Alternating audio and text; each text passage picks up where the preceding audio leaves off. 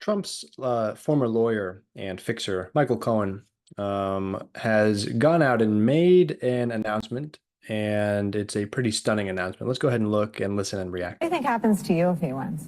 Well, I'm out of here. I mean, I'm already working on a foreign passport with a completely different name. I don't know how it's going to work as far as dealing with my wife and my children. I certainly don't want them moving to where I'm looking to go.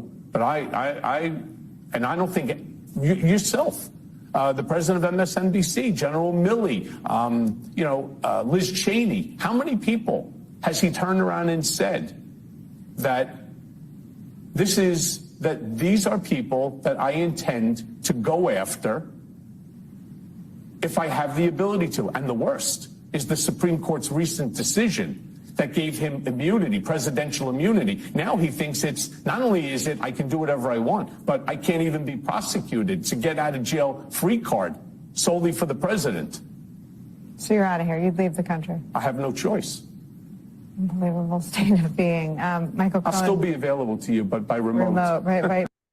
I'd have no choice, he says. My take on this maybe will be different than is expected, but I think Michael Cohen is exaggerating a little bit here, maybe a lot of it, being a bit of a gasser. Now, I don't want to downplay the idea and the threat of Trump and the things he said about potentially going after his political opponents and that he would have a right to do so because they're doing it to him, but well, he actually committed real crimes, and so they do have a right to do so.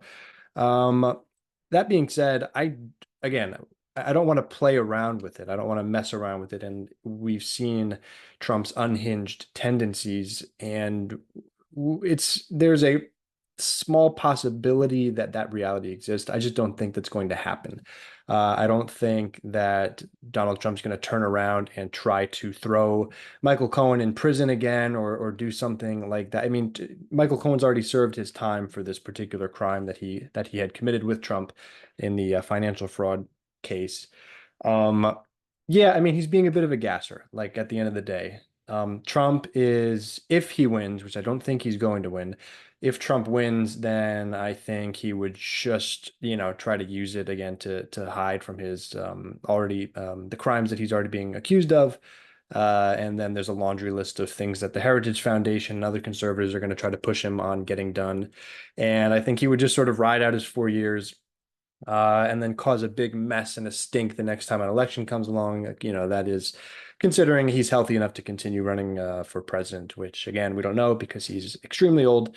At the end of the day, guys, we don't want to mess around with Trump. He's shown his dictatorial fantasies and tendencies. We know that that's what he dreams to be. He dreams to be Kim Jong-un or Vladimir Putin, but he's not.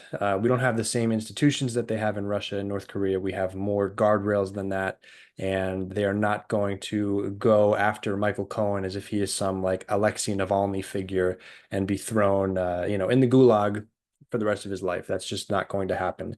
So maybe a bit of exaggeration, or maybe Michael Cohen trying to make a point here. I don't wish to be proven wrong on that, but hopefully we don't have to when Donald Trump loses and goes away, hopefully for the final time.